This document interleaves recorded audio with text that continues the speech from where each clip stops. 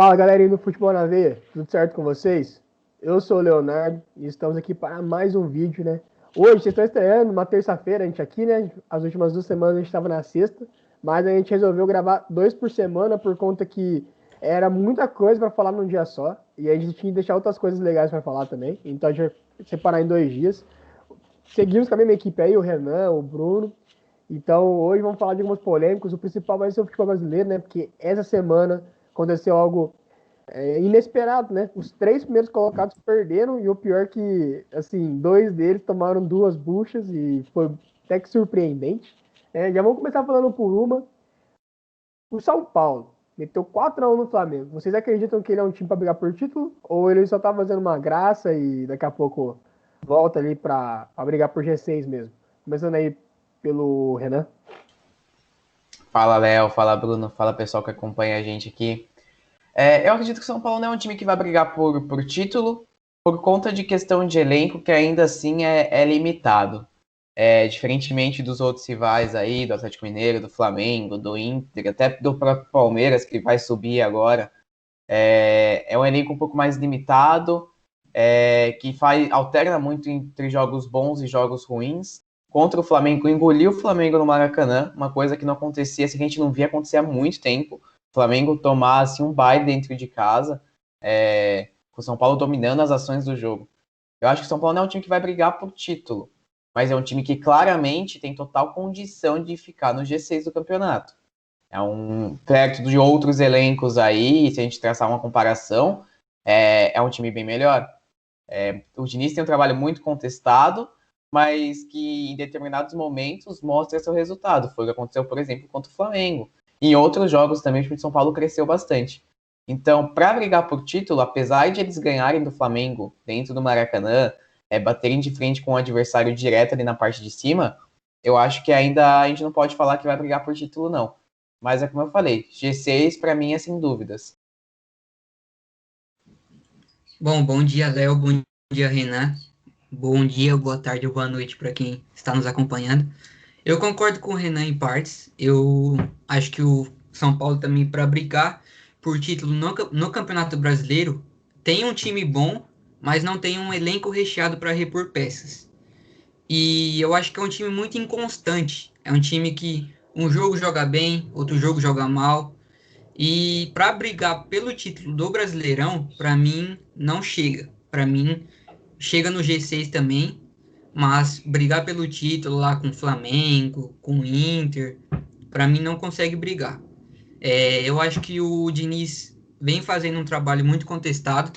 Após a eliminação na Libertadores, ele colocou o time que a torcida vinha pedindo, com Luan, voltou com Bruno Alves na defesa, e tudo isso após ser eliminado, né? Então, é, agora que ele vem encontrando melhor a equipe, e eu acho que é mais fácil para o São Paulo focar na Sul-Americana, para conseguir quebrar esse jejum aí de 8 anos sem títulos. Eu acho que a Sul-Americana é um bom caminho.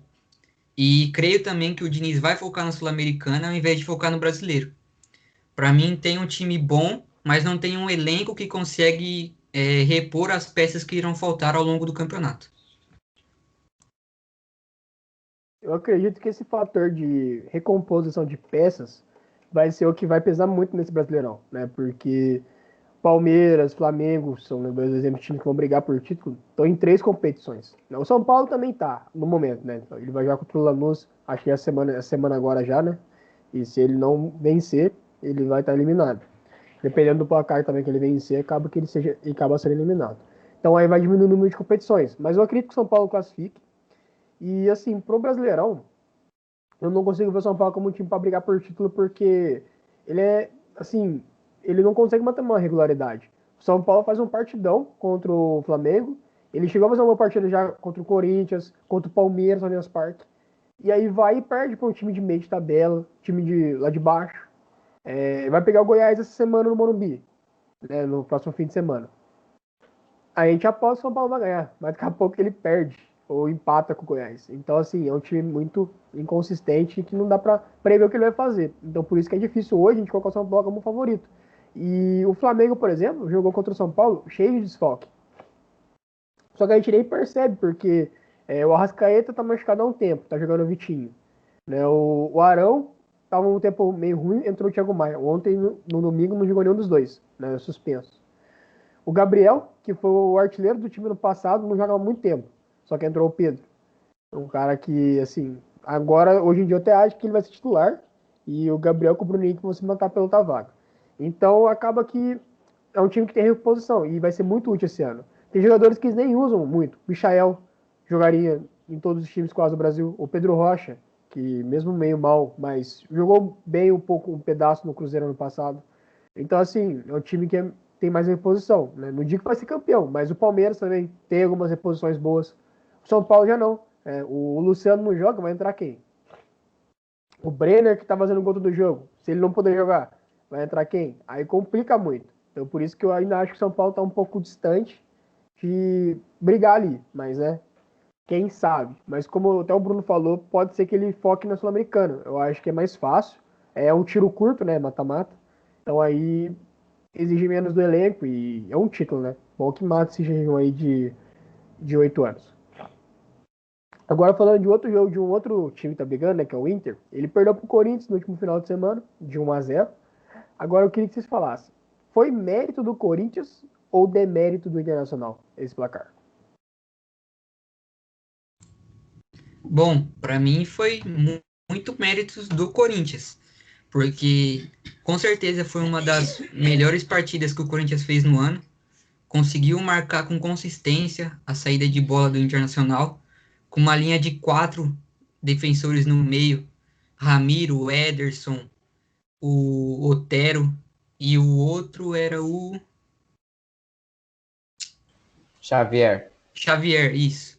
Com o Xavier, o Casares e o Davó flutuando na frente, com o Cavares com muita tranquilidade assim para poder jogar, para poder flutuar na frente. E o Ramiro, para mim, foi um dos melhores em campo. Marcou com raça, se doou pelo time. E também o Corinthians anulou, né, o Thiago Galhardo, que é um dos principais, se não for o principal jogador do campeonato. Então, foi muito mérito do Corinthians, essa vitória sobre o Inter. Eu concordo. Eu acho que é muito mais mérito mesmo do Corinthians do que demérito do Inter. Na verdade, o jogo, assim, ele expõe um problema que o Inter tem, só que a gente não via porque o Thiago Galhardo decidia, que é a falta de um camisa 10. A gente não viu o Inter conseguir criar, não teve criatividade, não teve quem fizesse essa bola chegar lá no Galhardo. Tanto que ele, por característica de meia, que é a posição de origem dele, em muitos momentos teve que sair para procurar jogo, para tentar armar jogadas.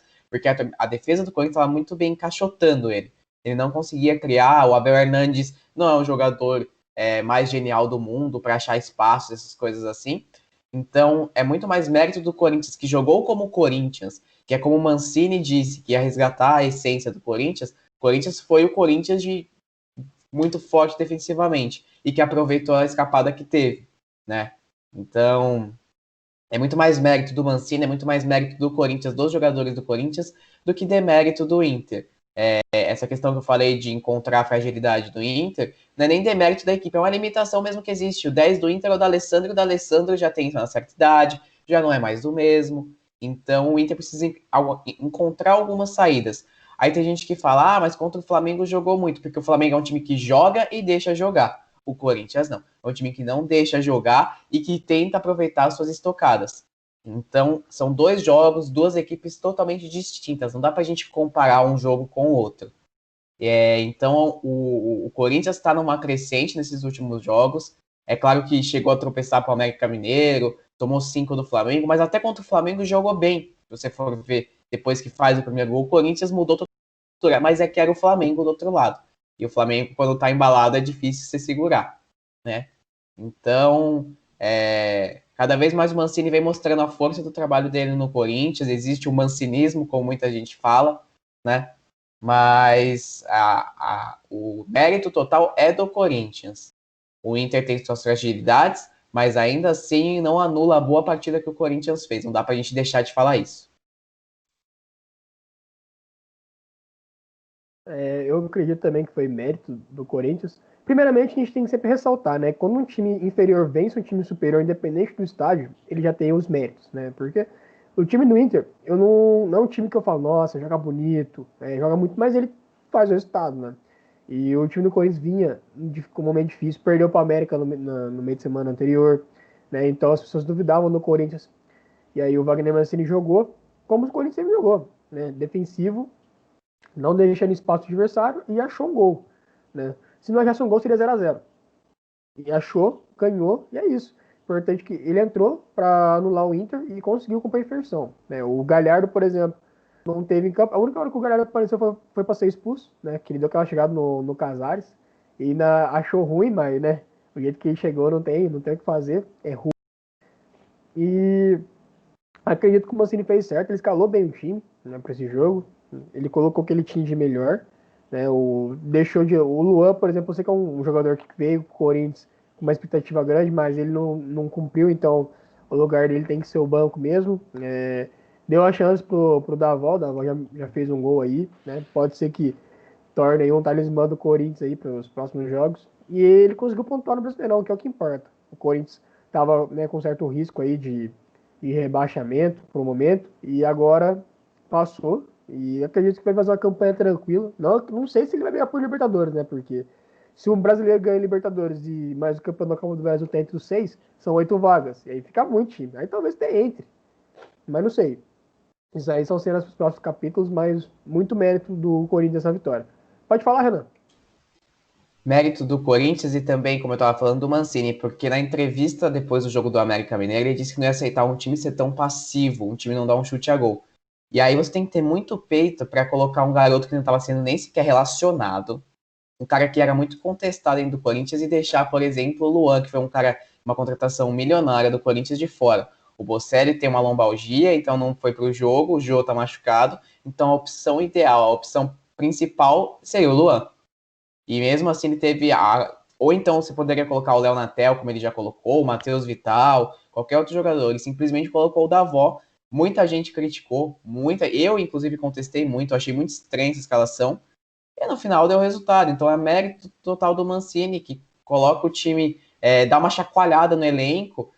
As declarações dele são muito sinceras e ele cumpre com a palavra dele. Ele chegou e falou: eu vou colocar a cara que quer jogar. E colocou. O menino deu a vida. Claro que do Davó, os 3 chutes dele, um só foi bom, um foi para na lateral e o outro ele tentou encobrir o lombo, que a bola nem saiu do chão. Mas é alguém que tentou, pelo menos, diferentemente do que vinha acontecendo com as outras peças do Corinthians. Então, o mérito é total do jogador, mas também do Mancini, que foi lá e chegou e deu uma chacoalhada no elenco. Agora a gente tem que ver como é que esses caras mais experientes vão reagir a isso. Não, concordo. Isso aí mesmo. Eu acho que, ainda mais no nível que tá o futebol brasileiro, né? Não tá nos seus maiores níveis. Um time que tem muita vontade, ele já tá na frente de muitos, né? O Santos é um exemplo disso, né? O Santos não é um time forte. Só que cumpre na vontade. Lógico que tem o Marinho, que é um diferencial. Tem o Soteldo, que é um bom jogador. Mas a vontade supera tudo. Se o Santos não tivesse vontade, o Santos seria um time ali para brigar lá embaixo. Né? Um time limitado, com poucas peças. E é isso, né? Agora, falando do outro jogo aí, né? Do Galo aí, que era um time que poderia se tornar líder dessa rodada, mesmo com jogamentos. Foi encarar o Palmeiras no Allianz Parque que tomou um 3x0. Assim, o Palmeiras engoliu o Galo. São Paulo ele não tem boas lembranças com o Palmeiras, né? Já ano passado ele perdeu com o Santos de 4x0 no Pacaembu e esse ano tomou 3. Né? Toda vez que ele sai para jogar contra o Palmeiras ele não dá muita sorte. Mas e aí? Queria que vocês falassem aí. Realmente, o Palmeiras engoliu o Galo mesmo, não deu chance? Ou vocês viram um pingo de esperança no Galo? E assim, ainda debateu isso anteriormente. E queria que vocês reafirmassem, né? Se o Galo vai ser cavalo paraguaio mesmo. Léo, eu acho que assim, o Palmeiras mostrou sua força. É claro que agora vai vir um novo treinador, vai vir um cara que provavelmente vai mudar um pouquinho a filosofia do time, vai conhecer os jogadores primeiro, igual foi, por exemplo, o Domi no Flamengo, então ele teve um tempo de adaptação. E por isso que eu falo assim, o torcedor do Palmeiras é claro que tem que ficar feliz com a vitória de 3x0, que dominou o Atlético do começo ao fim, mas tem que tomar muito cuidado com a expectativa que vai criar com essa vitória, porque agora é um novo técnico, agora é uma diferença. Não vai ser mais o Andrei que vai comandar. Então, o cara que vai chegar, o Abel, ele tem que implantar sua filosofia, até ele conhecer os caras, tem que ver quem é o melhor dentro do esquema dele. Então, pode ser que o Palmeiras, nas 2, 3 primeiras rodadas, tropece, ou então não apresente um bom futebol. Porque é normal, até os jogadores entenderem o que o técnico pede, leva um tempo. Então, o Palmeiras tem sim que comemorar muito a vitória, dominou o Atlético do começo ao fim. O André entregou o time pro Abel e falou assim: agora só toca, meu filho, porque o Palmeiras mudou totalmente de postura depois que demitiu o Luxemburgo, né? E o Atlético, cara, como eu falei anteriormente, é um time que perde força do nada, que alterna jogos muito bons e jogos muito ruins. O São Paulo é aquele 880 dele, de ou ganha ou perde, ou vai ou racha. Só que, como eu falei, tem jogo, por exemplo, que você tem que se limitar ao empate, por exemplo. O jogo contra o Palmeiras, um empate no Allianz Parque não é ruim, cara. Não é. E o São Paulo ele parece que não enxerga isso. Não sei o que ele tem com o Palmeiras, que ele não consegue ganhar, ele sempre toma uma diferença de gols muito grande. Então, vamos ver como o Atlético vai reagir. A sequência do Atlético agora é muito difícil, né? É o Flamengo em casa e depois o Corinthians fora. Então você pega um time que é seu rival no título, na questão do título, e o Corinthians, que é um time que está crescendo e que está mudando aqui a filosofia com o Mancini. Então, para mim, hoje, o Atlético Mineiro eu considero como um cavalo paraguaio. Como um time que tem um elenco bom, mas que não vai ter essa força toda.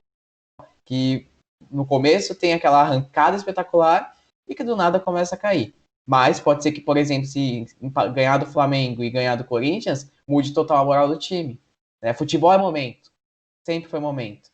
Então, o momento hoje não é bom do Galo, mas pode ser que do nada o Galo venha numa maré boa e os outros times que estão lá em cima venham numa maré ruim, né? Os dois também lá, os dois candidatos lá, o Flamengo e o Inter, vieram de derrota também na rodada. Então, não interferiu tanto na classificação. Mas, hoje, para mim, o Atlético é uma decepçãozinha, assim. Bom, eu digo que fazia tempo, né, que a torcida do Palmeiras não via 2 jogos assim seguidos tão bons da equipe, né? A gente pode dizer que o primeiro tempo contra o Bragantino na Copa do Brasil foi espetacular e o segundo tempo nem tanto. Agora já ontem contra o Atlético, o Palmeiras jogou muito bem, foi uma das melhores partidas do elenco no ano. Conseguiu dominar a partida na primeira etapa e na segunda etapa, quando acho que o São Paulo deu um choque de realidade, né, no intervalo na equipe do Atlético, e aí voltou melhor para o jogo, com o Arana subindo bem pelo lado esquerdo, apanhando bastante no ataque, tanto é que todas as jogadas de ataque do Atlético Mineiro foram pelo lado esquerdo com o Arana, o Rony voltando muito bem para ajudar a equipe defensivamente e conseguindo aproveitar esses espaços deixados pelo Arana no ataque, tanto é que os outros 2 gols do Palmeiras na segunda etapa foram de contra-ataque. O Palmeiras deu aula de contra-ataque ontem.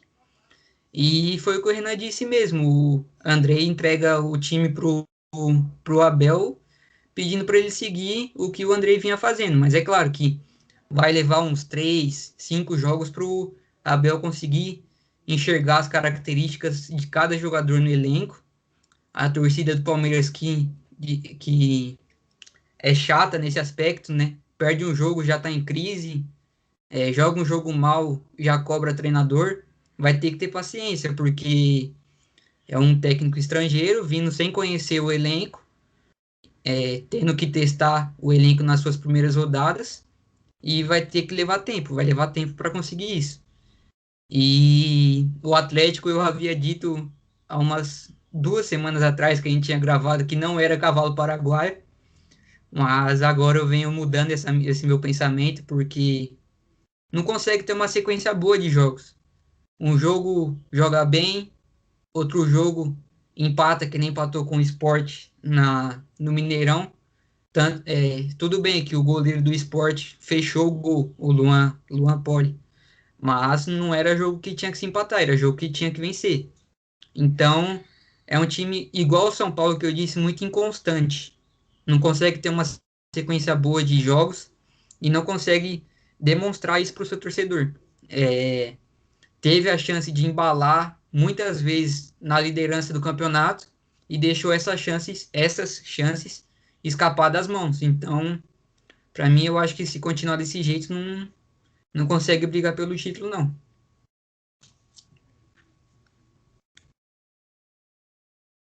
Bem, o Palmeiras fez uma grande partida. Eu acho que foi a que eu mais gostei do Palmeiras no ano, por conta que o adversário ia exigir muito do Palmeiras. E o Palmeiras superou muito bem o Atlético. O Bruno até ressaltou os contra-ataques. Foram dois mortais no segundo tempo. E sobre o novo treinador, ele tá chegando, o interino, o Andrei, deixou para ele, ó, esse aqui é o que a gente tem de melhor. O cara, ele vai observar isso. Só que o problema é que, né, como o Domi chegou no Flamengo, pô, o time do Flamengo tava pronto. Jorge Jesus falou assim, aqui, ó, continua o que eu fiz. Só que o cara tem que implantar a filosofia dele, o cara tem que conhecer cada jogador, porque você vê, o cara vem pro Brasil, o futebol brasileiro tem uma boa visibilidade.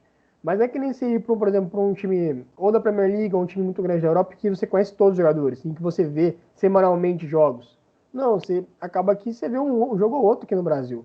E às vezes nem é nem do time que você vai, né? O cara demora para encaixar, entender as melhores peças, adequar o elenco. Então, assim, talvez ele demore um tempo. Né? O Andrei estava fazendo um trabalho muito bom. Ele, em 5 jogos, ele ganhou 4 e empatou um. Né? E, assim, jogos dele foram melhores que a maioria dos jogos do time quando era liderado pelo Luxemburgo. Em questão assim, de futebol, o time do Luxemburgo ele demorou muito para perder. Ele perdia muito pouco. O problema é que empatava sempre. Então, acabava que ele ficava ali no meio de tabela mesmo. Agora, a chegada do novo treinador, acredito que ele vai engrenar sim. E não deve demorar tanto. Depende. Né? A gente vai ter que ver como que ele vai implantar, qual que é a ideia dele. Né? Se a ideia dele foi completamente diferente da ideia do André, aí sim, pode ser que tenha. Né? Demora mais e tudo mais. Mas eu acredito sim que ele vai dar certo e que o Palmeiras vai brigar aí por títulos. Agora, o Atlético, assim, já tinha dito que ele era cavalo paraguaio, e assim, não é nem questão, o problema não é perder pro Palmeiras. Perder pro Palmeiras no Allianz Parque é normal, entendeu? Um time forte dentro de casa. O problema é que o Atlético, ele vem de cair nos últimos jogos. O Atlético, ele não consegue manter aquele bom futebol que ele teve em meados do primeiro turno. E agora que a gente falou assim, ó, o Atlético, ele tinha que ter aproveitado para abrir vantagem. Porque o Flamengo engrenou. O Flamengo perdeu pro São Paulo, mas ele já veio jogando melhor do que ele estava jogando antes. O Palmeiras já está numa crescente e tende a continuar. O São Paulo melhorou. O Inter, a gente está naquela, a gente duvida um pouco do Inter, mas o Inter, querendo ou não, está fazendo bons jogos. Então, assim, o Galo ele podia estar bem na frente desses times todos e fazer um segundo turno administrando. E ele não conseguiu.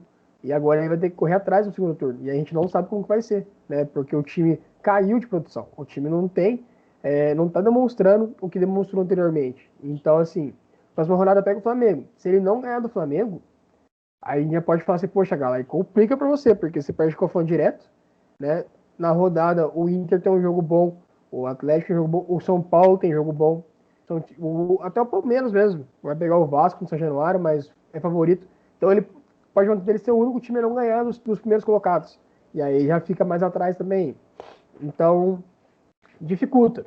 Pode falar, Bruno. Completando o que eu vinha falando do Andrei, ele bancou muito, né, as mudanças na equipe do Palmeiras. Ele bancou a saída do Patrick de Paula para o banco de reservas, que se destacou no Paulistão, mas nos últimos jogos com o Luxemburgo não vinha jogando bem e o Luxemburgo continuava mantendo ele na equipe. Tirou ele, colocou o Felipe Melo como volante, que para mim é indiscutível o quanto ele rende mais como volante do que como zagueiro. Então ele mudou a cara da equipe. Parece que chacoalhou o Palmeiras do avesso, porque a gente via o Palmeiras sendo comandado pelo Luxemburgo, o Luxemburgo colocando no meio de campo do Palmeiras com 3 meias. Zé Rafael, Lucas Lima e Rafael Veiga. E aí ele mudou, colocou com o Wesley, o Rony ou o Verón de vez em quando, com os pontas bem agudos, então mudou completamente a cara do Palmeiras, né?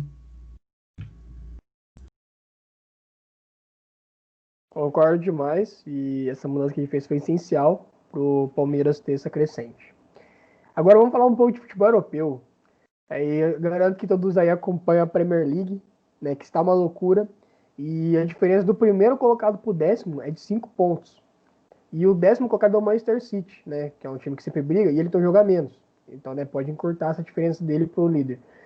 Mas ele tá muito equilibrado. O Leeds, eu acho que é o 12º colocado, ele tá a 6 pontos do Liverpool. O Leeds é um time que acabou de subir, né? Ele jogou pela rodada contra o atual campeão e ele perdeu de 4-3, então foi um jogo muito de igual para igual. Então eu queria saber de vocês aí se vocês acreditam que essa Premier League vai ser a mais equilibrada dos últimos anos.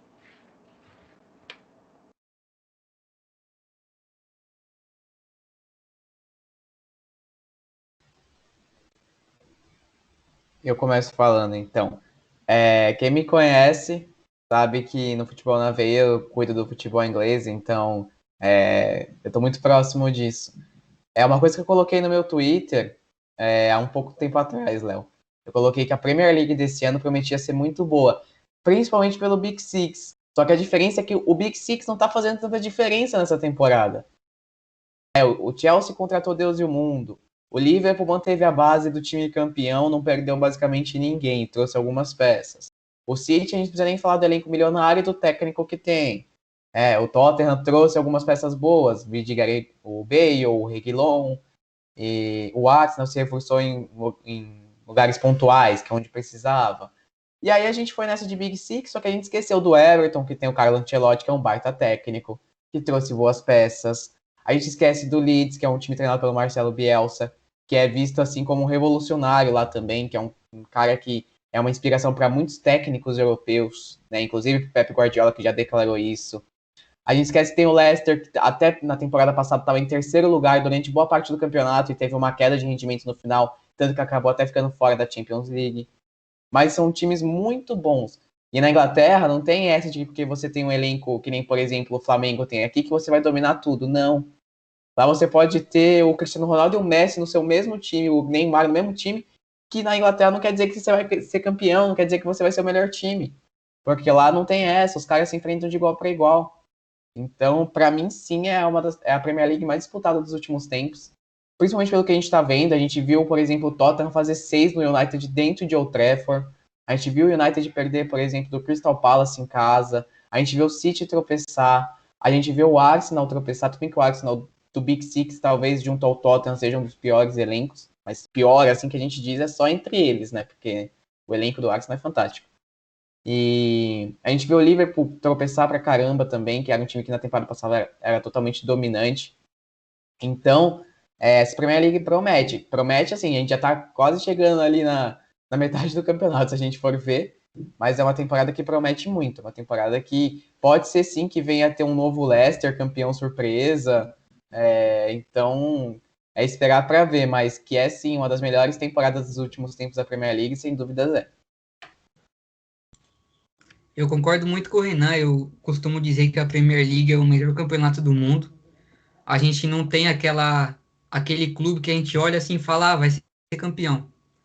São todos os times brigando, além do Big Six. Que nem o Renan disse, que a gente vê os grandes tropeçando contra times de menores expressões. A gente viu também o Arsenal quebrar o tabu contra o Manchester United no Old Trafford. Então, é um campeonato assim que a gente olha, a gente enxerga e não fala assim, ah, esse time vai ser campeão. Porque o Arsenal se reforçou. Chelsea comprou, foi um dos times que mais, foi o time que mais gastou no último mercado de transferências. O City se reforçou com um elenco poderosíssimo que tem, além do seu técnico. O Everton trouxe Rames, trouxe o Alan, o meio-campista brasileiro. Então, são times muito bons que vêm aí disputando desse Big Six, e aí a gente olha para os outros times. A gente olha para o Leicester, que enfiou 5 no Manchester City, no Etihad. Então, a gente olha para o Aston Villa, que vem numa crescente também muito grande. Então, essa Premier League tem tudo para ser uma das melhores que já teve já. Com certeza eu concordo também, né? Eu tô até ansioso para chegar na reta final, porque a gente pode ter um campeão inusitado, né? Eu queria que fosse o Everton, gosto muito do time do Everton e gosto muito do Carlo Ancelotti também.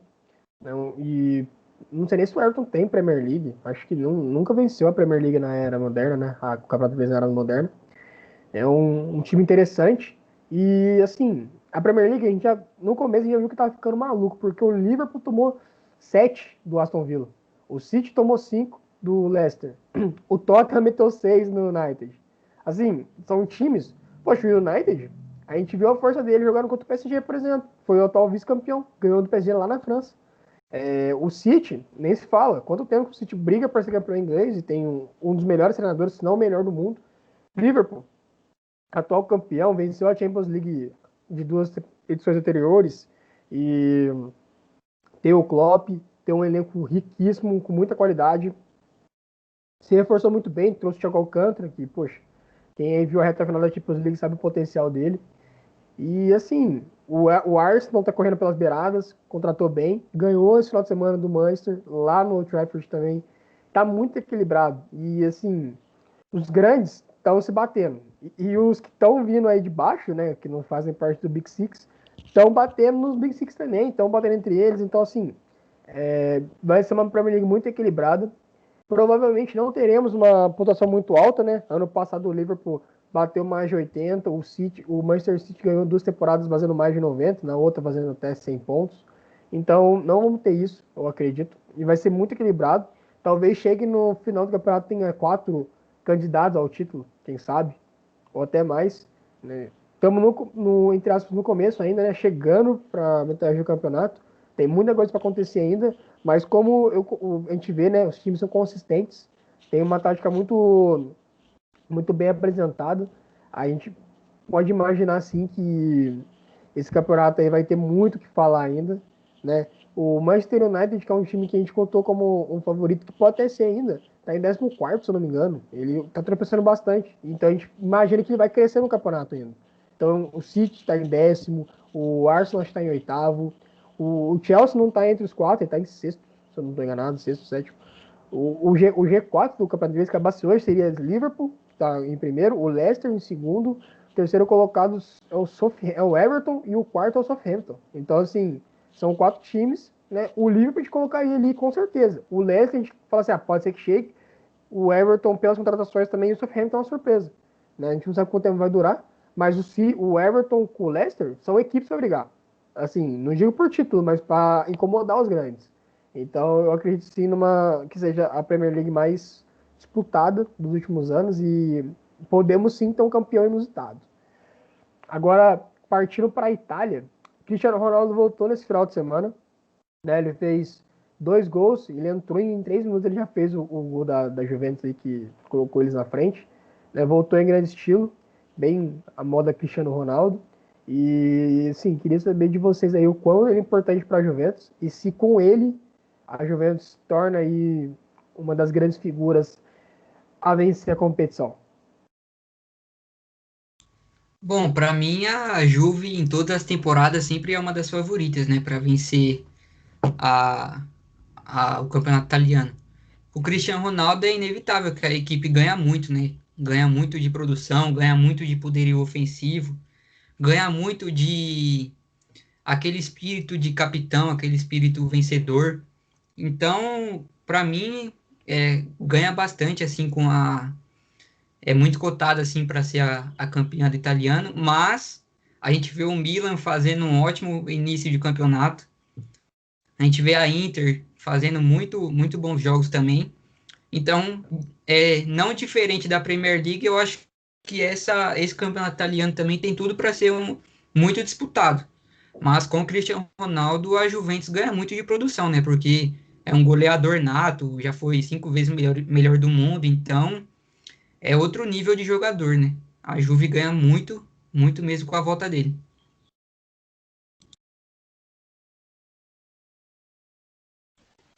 A qualidade do Cristiano Ronaldo é inegável, né? É até redundante a gente ficar falando que ele é um cara decisivo, que é um cara que chama responsabilidade.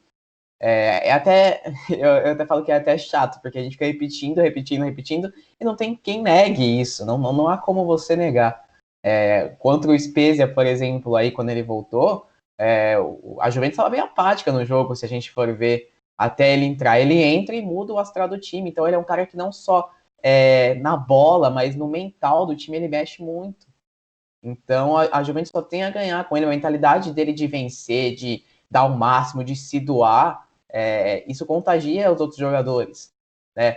Quando você tem o craque do seu time, que é um cara assim, os outros jogadores se deixam influenciar por isso. Então, sem dúvida, a Juventus ganha demais. E o elenco da Juventus, a gente vai ver hoje, por exemplo, relacionado a outros, por exemplo, da Champions League. Na Série A, a gente nem precisa falar muito, porque é o elenco mais forte, apesar de não ser o líder do campeonato, apesar do Milan estar fazendo uma baita temporada, da Inter ter um elenco bem legal. Elenco. Se a gente vai ver agora na Champions League, a Juventus também tem uns melhores elencos. A gente foi dado a apontar os favoritos. Os elencos, tirando o Bayern de Munique, que tem algumas dificuldades, tem alguns defeitos. Então a Juventus pode se incluir no hall dos times talvez favoritos. Se o Cristiano Ronaldo estiver em boa forma, se não tiver lesão, não tiver nada que atrapalhe ele. Ele é um cara que já se provou vencedor por onde passou, né? Então, só agrega demais para a Juventus a volta dele. Com certeza a Juventus sobe de patamar, né? O Cristiano Ronaldo tem um poder decisivo muito forte e é um jogador diferente, né? Se todo time tivesse um cara como ele, ia ser loucura. Então, é um cara que quem tem que valorizar muito, né? O time tem que aproveitar muito esse poder decisivo dele, esse e a mentalidade dele também. É muito bom ressaltar, que nem o Renan falou. E assim, hoje ele já postou, hoje ou ontem, não sei, ele já postou no Instagram que amanhã tem Champions League, né? O Juventus joga na quarta-feira. Então, assim, já dá para esperar gol do homem. E ele ama fazer gol na Champions League, né? Não é à toa que é o maior artilheiro da história da competição. E assim, para mim, com o Cristiano Ronaldo no time, é lógico que a gente tem que colocar a Juventus como um dos favoritos da Champions, né? Não é o melhor time nem nada, mas tem um homem que decide e é o mata-mata e tudo pode acontecer. No campeonato italiano a gente nem pode falar porque a Juventus sempre é a favorita, né? E ano passado aconteceu a mesma coisa, a Juventus começou mal e terminou do mesmo jeito dos últimos 9 anos, terminou vencendo. Então, assim, ele voltando, o elenco da Juventus de nota, sei lá, 7,5, vai para 9,5, quase 10. Porque não tem nem muito o que falar do Cristiano Ronaldo mais, né? O cara ganhou o que ganhou, conquistou o que conquistou e não tem nem mais elogios para falar pro Cristiano Ronaldo. Mas estamos falando de Cristiano Ronaldo, então vamos falar do seu ex-clube. Real Madrid venceu, assim, até que bem no fim de semana. Hazard fazendo um gol, sendo man of the match. Mas não é nem muito do jogo que a gente vai debater aqui agora. Né, o Vinícius Júnior jogou, entrou no segundo tempo, o Benzema até fez, acho que o Benzema fez 2 gols. E vocês acreditam que teve uma trégua no vestiário? Ou, assim, o Vini teve que abaixar a espada, né? Obrigaram ele a ficar quieto? O que vocês acham?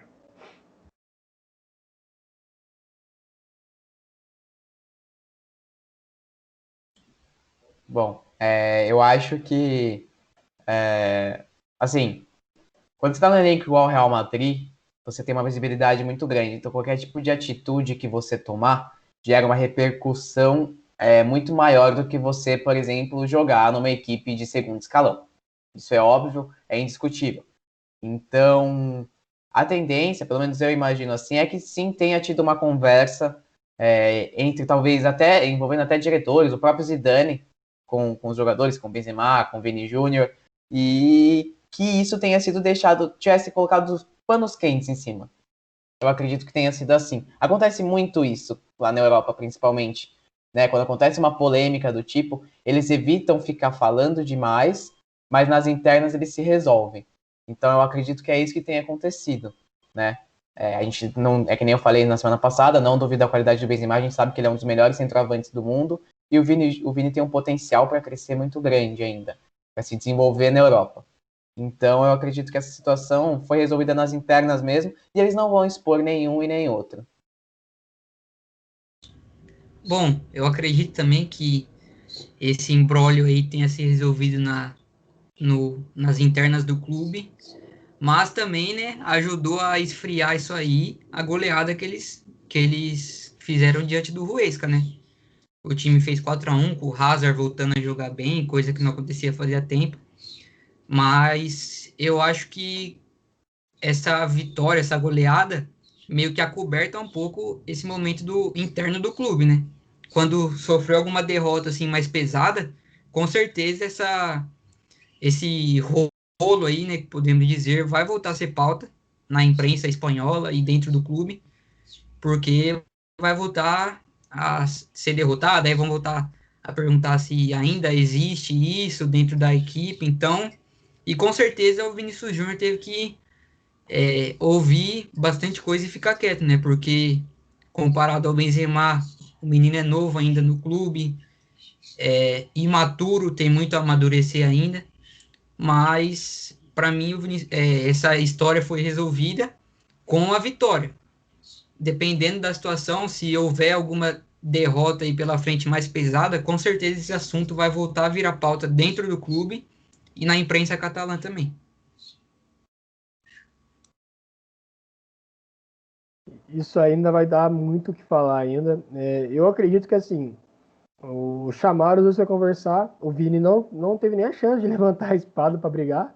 E o garanto que o Zidane ter chamado o Benzema de lado, porque o Zidane já salvou muito o Benzema, né? O Zidane, quando o Benzema estava no pior momento dele no Real Madrid, ele que bancou o Benzema como titular.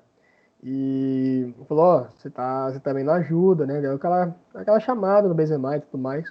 E o Vinícius Júnior teve que, assim, entender a situação. Assim, pode ter sido que eles ter conversado e tudo mais, porque o Vinícius Júnior tinha, né? Deve ter ainda uma grande dimensão pelo Benzema. Então, acho que nem o Bruno falou, não piorou as coisas porque o Real ganhou. Se o Real tivesse perdido em casa ainda, talvez teria balançado. Hoje encara a Inter pela Champions e a gente não sabe, né, o que vai acontecer. O Real estava fazendo uma campanha ruim na Champions e perdeu hoje em casa. Pode ser que volte a ser à tona esse tema. Então, assim, eu acho que ainda vai ter cenas aí para os próximos capítulos. E, assim, pro bem do Vinícius Júnior, é bom essa situação resolver logo, porque se tiver que escolher um dos dois, é óbvio que vai ser o Benzema, mesmo que ele tenha um futuro brilhante pela frente, mas o Benzema tá no elenco há 11 anos, né? Então é difícil brigar com um cara desse. É um cara que já é de casa há muito tempo. Então, assim, isso ainda vai ter muito o que falar ainda. E hoje de manhã, eu fiquei sabendo que o Rodrigo Caio e o Militão foram cortados da seleção. O Tite convocou o Diego Carlos e o Felipe, né? Eu com o Bruno até conversamos em off antes do Renan entrar na chamada aí. E assim, eu queria saber de vocês se o Tite consertou a bobeira que ele tinha feito ou se vocês acham que esses dois nomes talvez não sejam nomes de seleção para o futuro. Ah, para mim ele consertou muito, né? O Rodrigo Caio, ao meu ver assim, não vinha tendo grandes atuações para ser convocado para a seleção brasileira. Diferente do Diego Carlos, né? Porque vem pedindo passagem na seleção desde a temporada passada, que ele fez com o Sevilha, fazendo gol de bicicleta na final da Europa League. Então, é um zagueiro muito promissor, que deve sim, com certeza, estar mais para frente assim aí na seleção brasileira. E o Felipe também, apesar de eu gostar muito do Militão, o Felipe vem fazendo bons jogos no Atlético de Madrid e também eu concordo com o Tite de ter chamado ele. Mas o Rodrigo Caio, assim, para mim não devia nem estar na seleção principal. O Diego Carlos, para mim, tinha que estar muito assim na frente, no lugar dele. Porque ele está muito à frente em questão assim de patamar, assim, o que ele vem jogando desde a temporada passada. O Diego Carlos eu concordo. É um cara que cresceu muito, né? Saiu do Brasil muito cedo, muita gente não sabe, ele só jogou aqui em clubes como o Paulista de Jundiaí, o Madureira, se não estou enganado. E cresceu muito nos últimos anos, ganhou destaque no Nantes e aí foi parar no Sevilha e pô, começou a chamar atenção, tanto que o City já até tá de olho nele, o Bayern já chegou até a fazer uma sondagem. Então, é merecido, é justo. O Rodrigo Caio, como o Bruno disse bem, para mim também não merece estar na seleção. Não fez nada demais nos últimos tempos, e seleção a gente sabe que é muito momento, né? E o Tite preza demais às vezes também por causa dos homens de segurança dele, os caras de confiança. E o Felipe, eu acho justo também porque é um cara que cresceu muito na Europa, né? Saiu do Corinthians já bem e desenvolveu lá na Europa. Só que eu acho que como eliminatórias, não é nada, assim, claro que é importante porque vale vaga em Copa do Mundo, mas como a gente sabe a superioridade do Brasil, seria justo você talvez convocar um Gabriel Magalhães do Arsenal, um Luiz Felipe da Lazio, né? Testar caras novas, porque a gente sabe que a defesa titular vai ser Thiago Silva e Marquinhos. A gente sabe. Não tem como a gente tentar negar que não vai ser, vai ser. Então, tenta chamar os caras para ganhar uma experiência também na seleção, vestir a camisa, sabe? Entender o que é isso, porque provavelmente na época da Copa do Mundo, talvez o Thiago Silva não vai estar mais. Então, um desses caras novos, assim, vai ter que ser chamado. Então, né, dá rodagem para outros caras. A gente não sabe como é que vai estar a fase dos outros também lá, naquela altura, né, da Copa do Mundo. Então, para mim seria válido ele testar outro nome. Como eu falei, Gabriel Magalhães, Luiz Felipe. Então, eu não me surpreenderia. Mas, não que a convocação do Felipe seja errônea.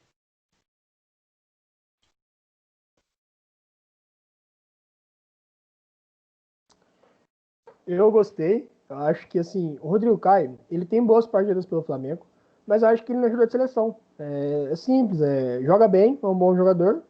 Assim, não é meu estilo de zagueiro preferido, mas acho que para a seleção ele tá bem distante. E, assim, o Tite confia até bastante no Rodrigo Caio, já vi ele usando várias vezes o Rodrigo Caio. E o Diego Carlos faz tempo que ele merece uma oportunidade. Quando eu vi ele jogar pela primeira vez, eu fui ver se ele era português. Aí eu fui ver ele era brasileiro. Mano, como que esse cara nunca teve uma chance na seleção? E grande zagueiro.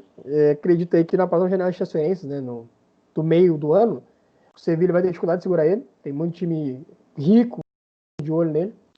Felipe, gosto muito dele, né? Desde que ele se afirmou no Corinthians, eu vim gostando das atuações dele. Aí ele foi pro Porto, foi muito bem.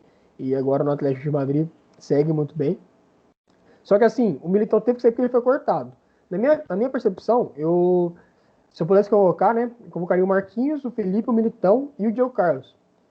Nada contra o Thiago Silva, gosto muito do jogo do Thiago Silva, mas acho que ele não chega em 2022. E o Brasil ele tem que começar a pensar na frente. Tem que parar de pensar assim, vamos pensar no hoje e em 2022 a gente resolve. Esse tipo de planejamento que fode na hora de chegar de ganhar uma Copa do Mundo. Né? Você pode ver os times, tipo a França, mudou muito pouco nesse período, nesse ciclo de 2014 para 2018. Né? Já deu chance para alguns meninos em 2014, o Pogba era muito novo, por exemplo, e foi dando chance para outros. O Griezmann era novo também, foi dando chance aos poucos para os outros. Né? Até que formou o time dele. No final, o que mudou mesmo foi a entrada do Mbappé, mas o Mbappé é um jogador fora da curva, então assim, o cara tem que entrar mesmo. E se aparecer um cara assim no Brasil, ele vai entrar. Mas o Thiago Silva provavelmente não chega em 2022, então ele podia já falar com o Thiago Silva, ó, você é um grande jogador, tenho um enorme carinho por você, mas eu tenho que pensar na frente.